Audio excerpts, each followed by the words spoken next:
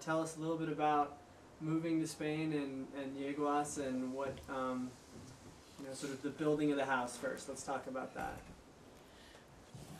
He'll tell you about it, and I'll tell you where he lied. Well, moving to Spain and Yeguas is a long distance between one and the other. We moved in, what was it, September of 1962. And going up Hurricane season. What season? Hurricane season. Ah, yes. And that was boat time. Nobody flew then, back in 62. You had to go to, I think you had to go to Gander or something in order to fly to Europe. But you you couldn't go get direct. seasick. Yeah. Well, quite a trip though, huh? Fun. A 1-year-old, a 3-year-old, a 5-year-old. 2 cats and a dog. Everybody took the trip pretty well. I had no idea where we were going. But I depended on your Spanish. Oh, yes. And I knew I'd be all right. Si, senor.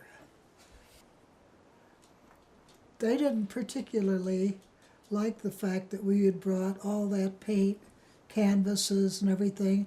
They thought you were going to start a business. So, I had $650 in total. As we landed and going through customs, they thought I was going to start a business with lots of canvas and materials and all of this kind of stuff. And I don't remember, they took 200 or 250, but it was very significant. a lot. And so we put our 3 kids and cats and a dog, and we took this long taxi cab ride down the coast, and it had been raining for about, I guess, 2 or 3 weeks at the time. And as you write in your book, it looked like Franco had personally persecuted every cow, every animal along the way. It was all so dreary, and Barb was scared. The few times I've ever seen it such, for the kids. And the kids were just crying. That was no problem. Everybody was crying. And it rained, as it turned out, for some 30-odd days, almost a solid month at the time we were there. So sunny Spain and the sunny Mediterranean was brown and dismal. Mildewy. But what hotel did we stay on? What? It was called the Hotel Costa del Sol. And that was the closest it got to a real hotel. It had a name. Everything was wrong.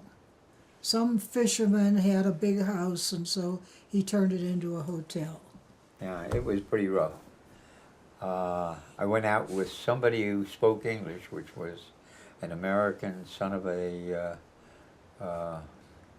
American gal who had been there for about 30 years or something. And he showed me a place, which I only saw from way down the hill. I never actually saw it. All I saw was a part of a tower and some green, and like this, way up on the hillside. And in my inimitable fashion, I said, I'll take it. And it turned out to be $80 a month, which was a lot for us. And we went into Malaga right away. I did take it, then I came back and got Barbie and said, we ought to look at what we just took. And so we went out to look. You take it from there. Well, it was, as Gino mentioned, raining. And I was all dressed up in my fanciest outfit because I was going to go to see this new house. And we had a little rental wreck they called a car, but it was really more like a go-kart. And it got stuck in the mud because the only road up to this place was muddy. And so I got out and pushed. And of course the back wheel spun, and I was covered from head to toe with beautiful Andalusian mud. We finally got up to see this place. How did we get out of there? Oh, a farmer came by with some mules, and he pushed.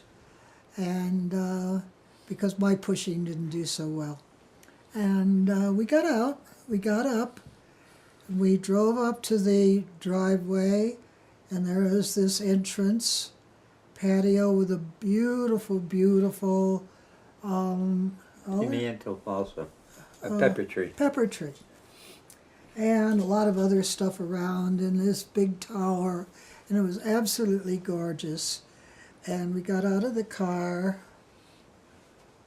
Go ahead, I dare you. I'm embarrassed. Get out of the car and there's literally 5 people standing there, you know, with the white glove treatment. There are servants. There are help. I said, what? You know, I mean, what's all this? They come with the $80. You have to feed them, but the pay is included in the $80.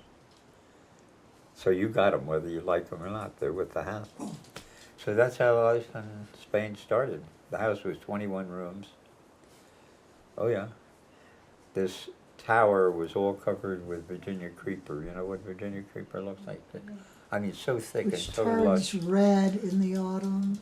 The house had not been lived in very long and whatnot. It had been constructed about 8 years before, and the husband had died. So this was a widower. And there wasn't much inside the house, but the house was just fabulous. And the lands, there were about 10 or 12 acres of land. It was called La Chopera, Chopera, see. because choperas are Poplars. poplars. La Very tall Chopera poplars. meant it was the poplar grove, which it was.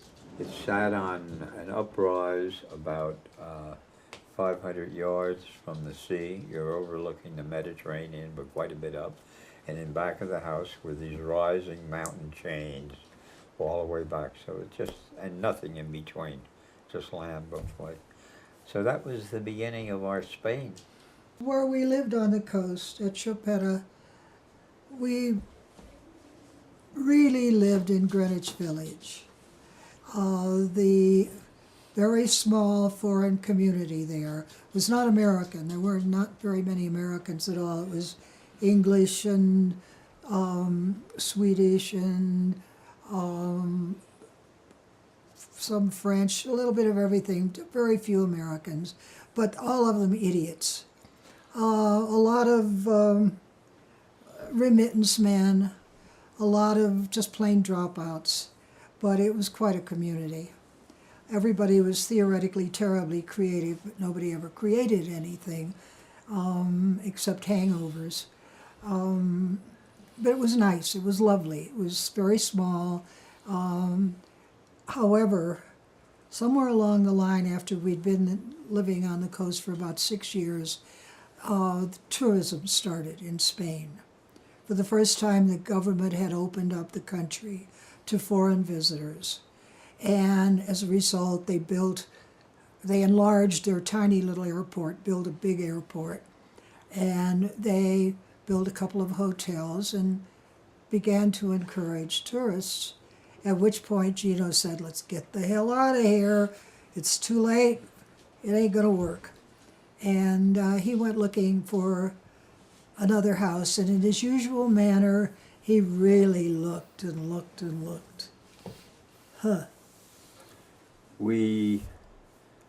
Actually, the thing that set off the idea of going inland was they were going to build an airport, an international airport, and it didn't take much thinking to know what would be coming in that airport. That was the beginning of the big tourist flights and whatnot. So I knew the time was to get out of there. We had 3 young kids, which were then 13, 13, 12, 11, and 9. yeah, and 9. And just at that coming age, and Torremolinos wasn't going to be it.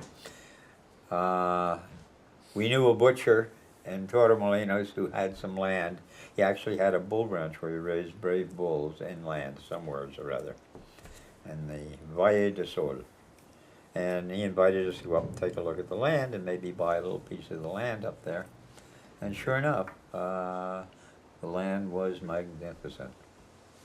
It was all rock. I have a picture, I'll show you of it, where there's nothing but rock and dirt, not a bush, not a leaf, not an anything, on the particular land of the bull ranch. But as you go out, it's just rolling hills and magnificent view. Anyway, Barbie said it has no water, and it has no trees, and I don't want it, and it has no electricity.